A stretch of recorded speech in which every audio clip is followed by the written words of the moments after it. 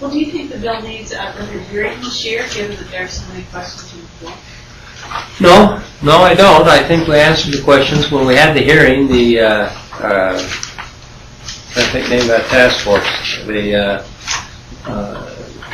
Anyway, the Water Task Force went over this in detail, and they asked the kind of questions that Senator Valentine did. So I appreciate these questions. They were right on the money, and they drove deep to the point here of, are you creating new rights? Because that's the very issue that everybody in the state's worried about. You know, it's like, look, this water law is one of the oldest laws in the West.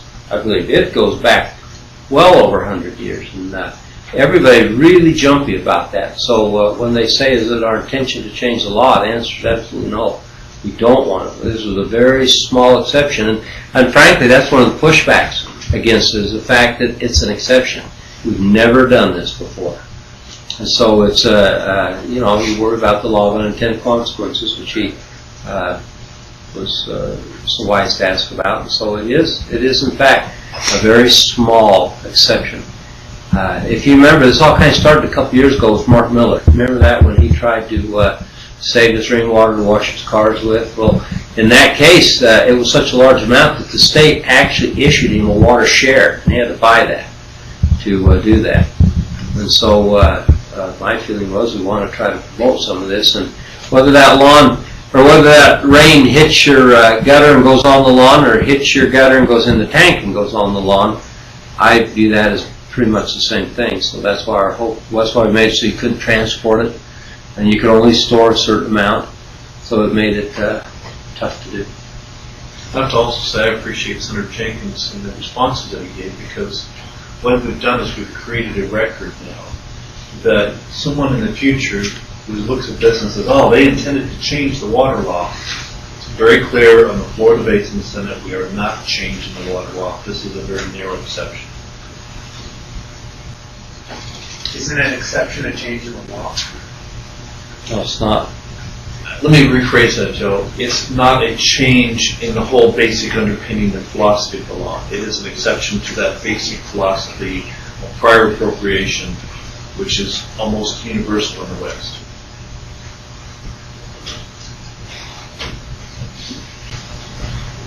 You going to law school, or you been? He just knows how to ask hard questions.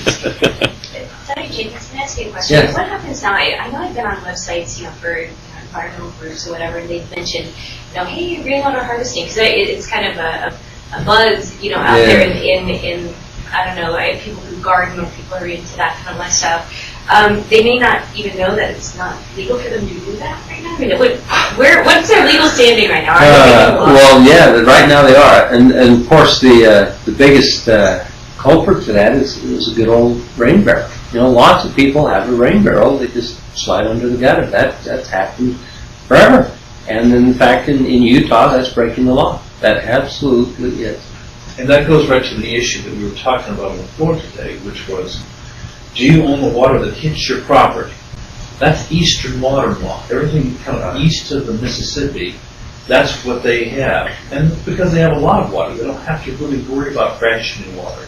In the West, where it's more arid, we developed a water law that says who appropriated the water first, who used the water first, got the rights to use the water. It didn't matter that it fell on their property, somebody else's property way upstream and came downstream to them.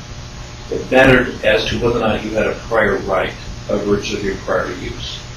And so under this bill, narrow exception for the 2,500 gallons under the storage tank or 55-gallon barrels that fall on your property, we are adopting Eastern type water law, which says if it hit on your property and you stored it on your property and used it on your property, then you have the right to do that.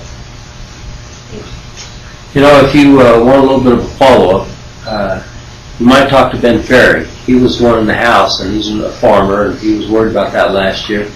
And he's actually decided he's going to support me this year if he's going to make an attempt to amend this, I think.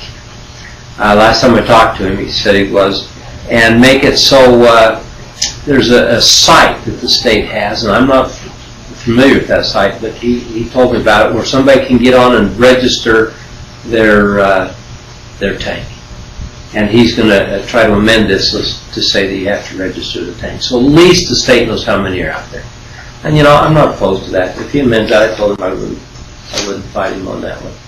As long as it didn't cost the state a lot of money to collect it. And he said, no, this exists already. All you'd have to do is get on, register your tank, and you'd be done with it. You said a moment ago that you'd like to promote this. Is that as a conservation measure or just out of convenience? No, it's a conservation measure. You have that, a lot of people out there don't have the ability to get secondary water. And so this would be a way that they can help supplement their primary watering of gardens and small lawn areas. And washing hair. That's right. I laughed about that. We come off the floor and these two gals were sitting there laughing on the floor about that. Laura said, I can't believe that. And they said, no, that doesn't work. Is that right? Yeah.